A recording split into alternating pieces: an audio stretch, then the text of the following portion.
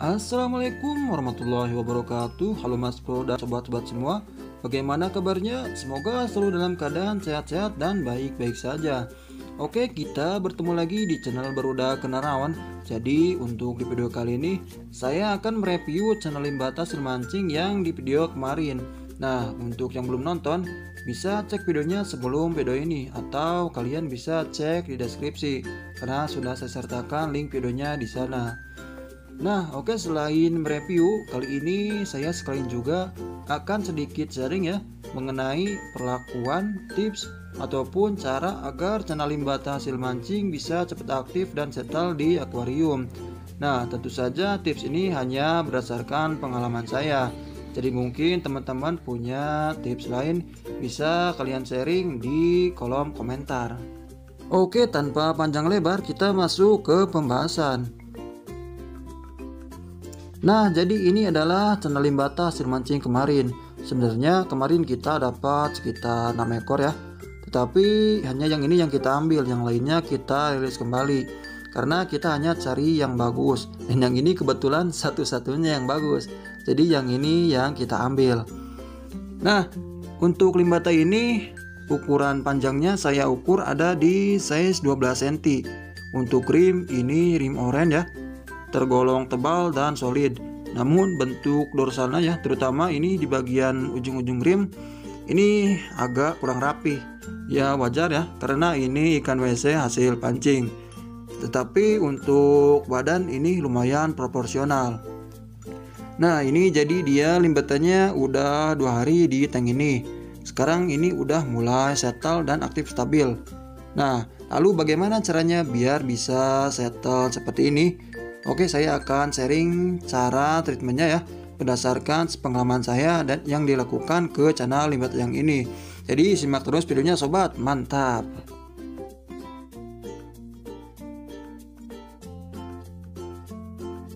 Oke sobat, jadi ini yang saya lakukan ya untuk mentreatment channel limbah hasil mancing yang ini. Jadi ini di depan saya udah ada 1 buah galon. Ini udah saya isi air. Airnya sendiri ini hanya air sumur. Nah, jadi ini akan saya gunakan sebagai wadah karantina. Oh ya, untuk karantina kali ini airnya enggak saya tambahin apa-apa. Biasanya saya pakai ketapang ataupun akriplavin. Tetapi sekarang hanya air sumur biasa, enggak pakai apa-apa. Sebenarnya untuk pemakaian 2 hal ini ya, ketapang atau akriplavin ini kondisional aja ya. Jadi mau pakai atau enggak pun enggak masalah. Terlebih lagi kalau untuk akriplavin ini sifatnya menurut saya lebih ke pengobatan. Contoh ya, jika limbatannya agak luka parah ya, atau lukanya parah akibat kena kril pancing, nah akriplavin ini sangat bagus buat sekalian dipakai karantina dan sekalian buat dipakai pengobatan. Nah, jadi untuk karantina kali ini saya lakukan selama 3 hari. Dan selama 3 hari ini si limbatannya dipuasain sambil kita lihat perkembangannya. Nah oke sobat, jadi ini kita time skip. Jadi ini adalah hari ketiga karantina. Ini limbatannya sekarang udah mulai merespon. Saya coba pancing-mancing ini pakai tangan, dia sekali-kali udah mau nyamperin. Nah, dicoba pakai cermin pun udah mulai mau garing walau masih tipis-tipis. Dan juga ini saya coba kasih pakan ya. Ini saya pakai maggot kering. Nah, dia udah mau makan. Berarti secara kondisi ini si ikan udah mulai membaik. Terutama mulut yang bekas kena kail ini udah mulai pulih. Oke, jadi di hari ketiga ini limbatannya akan saya pindahkan ke tank reguler. Ini sudah saya siapkan tanknya. Untuk ukuran ini saya pakai yang ukuran 40 x 25 x 25, background putih dan pasir malang merah. Oh ya, dan untuk air ini sebagai awalan adaptasi saya hanya isi setengahnya dari ketinggian tank biar nanti adaptasinya bisa lebih cepat. Nah oke, ini akan saya masukkan tetapi harus dikeluarin dulu dari galonnya. Ini udah saya siapin ember dan juga udah saya siapin plastik. Ini buat aklimasi ya. Jadi selimbatannya masuk ke plastik dulu dengan air bawaan karantinanya. Nah, jadi seperti ini. Oke, ini akan kita masukkan sama plastiknya.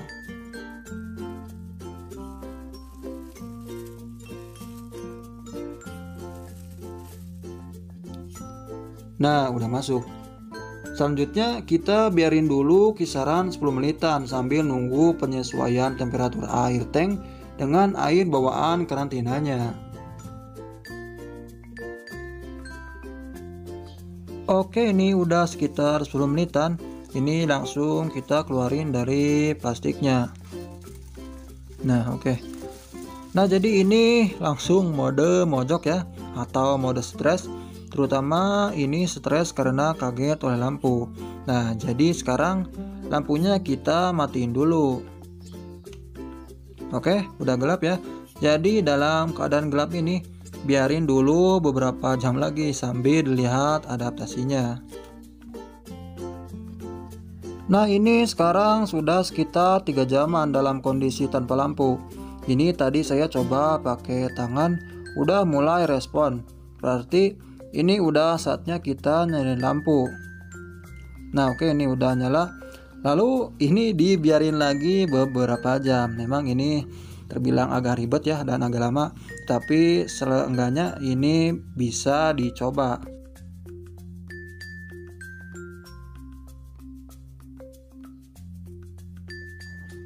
Nah, di saat udah mulai agak tenang, kita bisa mulai coba pancing-pancing.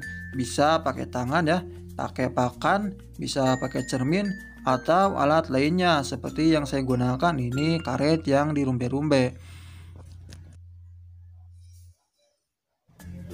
Nah, kemudian jika dirasa sudah mulai aktif, bisa kita mulai coba kasih pakan. Kalau dia udah mulai mau makan dan lancar, ini merupakan pertanda yang bagus. Nah, jadi sebelum dikasih makan, ini bisa kita main-mainkan dulu pakannya biar melatih respon.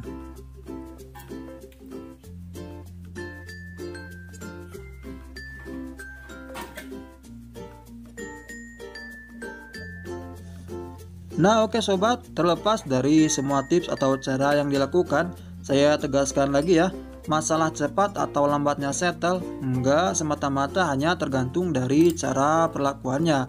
Perlu diingat faktor lainnya juga seperti bagaimana kondisi ikan saat masih bahan sebelum treatment dan juga karakter si limbatannya itu sendiri. Nah, ini untuk karakter menurut saya merupakan hal yang paling besar pengaruhnya terhadap cepat atau lambatnya settle. Karena untuk ikan cana ya, khususnya ini cana limbata, tiap limbata itu karakternya tentu beda-beda. Ada yang memang karakternya mager, ada yang mentalnya bagus, mentalnya jelek, ada yang galak, dan lain-lain. Nah, jadi bisa dibilang karakter selimbatannya itu sendiri yang lebih mempengaruhi cepat atau lambatnya settle, terlepas dari treatment yang dilakukan. Nah, mungkin teman-teman punya pengalaman atau tips yang berbeda, bisa kita sharing di kolom komentar.